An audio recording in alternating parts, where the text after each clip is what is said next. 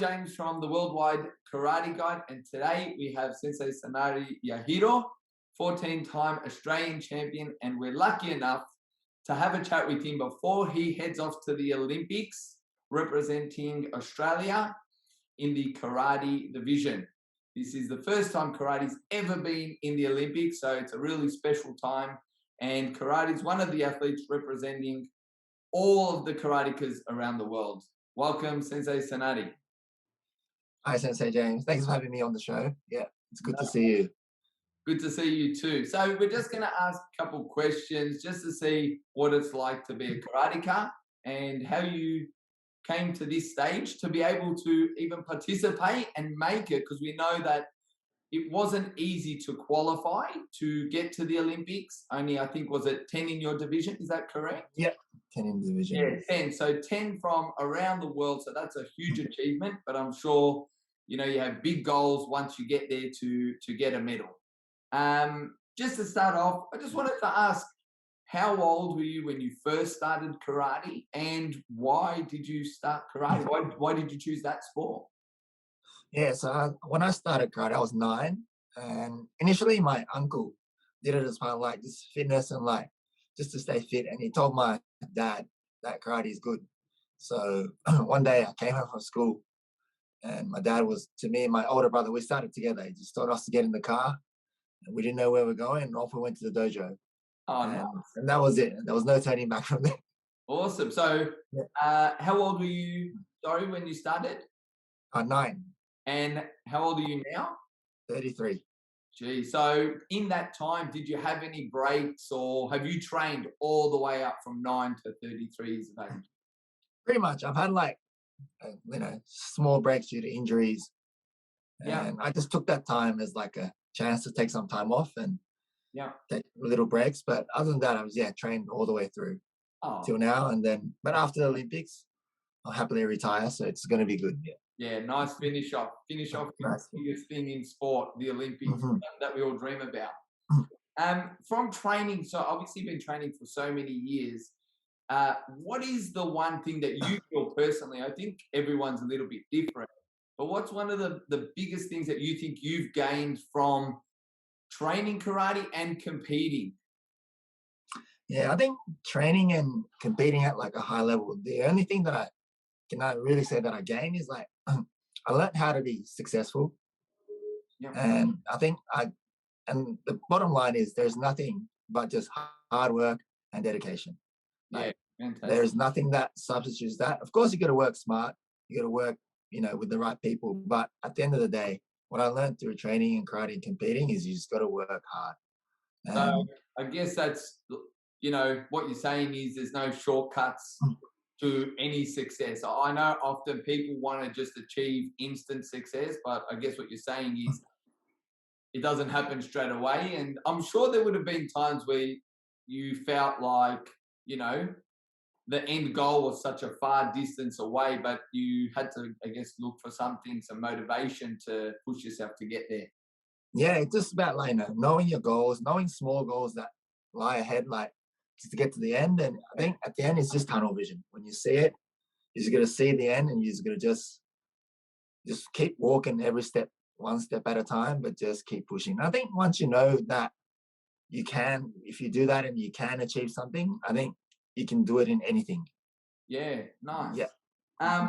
Also, I guess, I know I'm putting you on the spot here, but what does it mean for you as, obviously you were born in Japan, is that correct? And how old were you when you came to Australia? 1.5.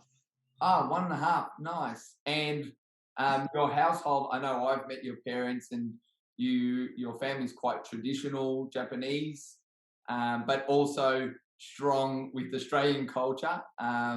Living, staying with you and traveling around with you, I've noticed that as well. Going to the Olympics, being in Japan and representing Australia, what does that mean for you? Actually, it's really hard to put it into words, but it actually means everything for me right now. Yeah. I think like being Japanese, and when karate got announced at the Tokyo, it'll be, back at the Tokyo Olympics. Yeah. For me, it's like how can I say? It was like I just felt like it was a story written for me. Yeah, fantastic. Yeah, and I just told myself, and I read, and I can say that if in anyone in Oceania, I wanted it more than anyone. Yeah, And when I decided I want to compete another 4 years, 5 years now for the Olympic Games, I said I am going at all costs, yeah. and That's now I'm here. But that's it. I just set my goal, and I just kind of figured out what I need to do to get there, and I just worked my ass off to it. Yes. fantastic. So, from what you've just mentioned, then, and I know, so this Olympic dream, obviously, I know in 2016 was the Austrian World Championships.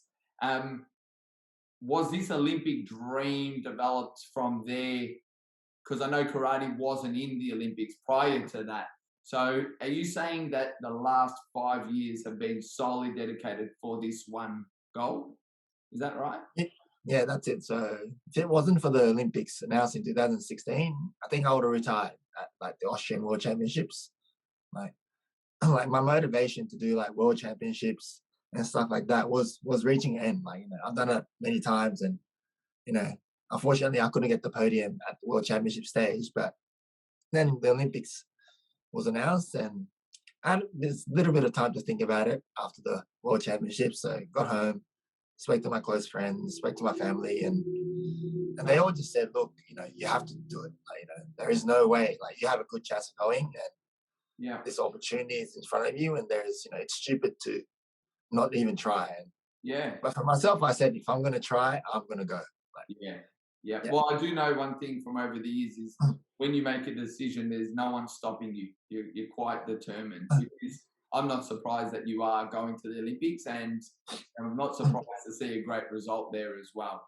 And Mhm. so, assuming before the 2016, correct, karate wasn't in the Olympics, so it was just announced. Is that correct? Yes, it Yeah. got announced, and I think that is like at Rio. Yes. Okay. Gotcha. Yeah.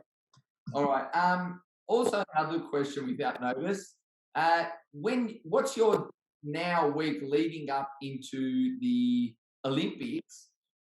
What's your preparation like? Is it the same as any other preparation for a competition? Has it changed, or what are you doing as your preparation? Let's just say, pick a day or two during the week. During the week, what would you be doing?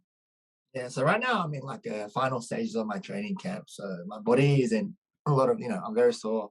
I'm in a lot of pain, but I'm just gonna push through until I depart on Saturday afternoon on the Yeah. 31st, and then because I have like 4 or 5 days before competition, so I'm gonna start tapering off then. Yeah. But Okay. right now, training, on a typical day, it's like maybe 3 2-hour sessions Yes. per day, and then two of them were like very technical. Yeah. And then the last one at night, normally I'll make it quite physical with a lot of sparring and just working. So like just keeping the intensity and my fitness, like giving it a buzz. So keep my heart rate high, like, Yeah. and working. And so for the last 3 weeks, I've just decided I'm just not going to take rest day because I can just rest towards the end. And Yeah. I'm getting a lot of like good coaching, good feedback. So it's been great. Yes. And has your diet, have you had to eat good food and things like that? Because I would assume, I remember training a lot and doing so many sessions. If you don't look after your body will probably fall apart by the Wednesday of the week. So have you just made sure you've kept onto your diet and things like that? Yeah, I've like, I've spoken to like nutritionists and like being told like what to take in between and straight Yeah. after trainings. And that's like, help, those are the key components to like keep your body like good recovery. Yeah. And the rest is like, good sleep. And I Yeah. spend like half an hour a day just like on a stress ball, just pushing out my sore muscles. And yeah, and it gets me going. Yeah. Of course I'm sore because I'm training, but Yeah. Yeah. But you're getting your uh, body through. yeah. That's great. And okay, we'll finish off on one last thing. And just a question for you is what's one of the things that you most look forward to going to the Olympics? What's the one thing that you look forward to there? Winning a medal. Winning a medal? That makes Winning a medal. Yeah, I want to, win a medal. It's the first time karate is in, and yeah, maybe the last one for a long time. sure. Yeah, so winning a medal, and I think the other thing is I just want to be in that environment with all the top athletes in the world, and just being surrounded by those people and like soaking in how they think and how they are, and just trying to gain all the experience from that. Yeah, It'll be amazing. Yeah. that's awesome. Mhm. Well, I think that's everything from me. I just wanted to say, I know on behalf of everyone here in Australia, you got so much support. I know you're going to be doing great. You're performing on, what's the date? Is it the 5th or the 6th? 6th of August, yeah. 6th of August. And the Yeah. time was Around 5 p.m. Japan times. Japan time. So anyone looking to watch Sensei Tsuneari, I know I'm going to be doing it with my students and my family and friends. So make sure that you have a look, 5 p.m. Tokyo time. So check what zone that is for your country, and on the 6th of August. All right, guys. Thank you very much, Sensei Tsuneari. All the best. And I'll be having a chat to you after you collect your medal. Thanks, James. Thank you. Cheers. Us.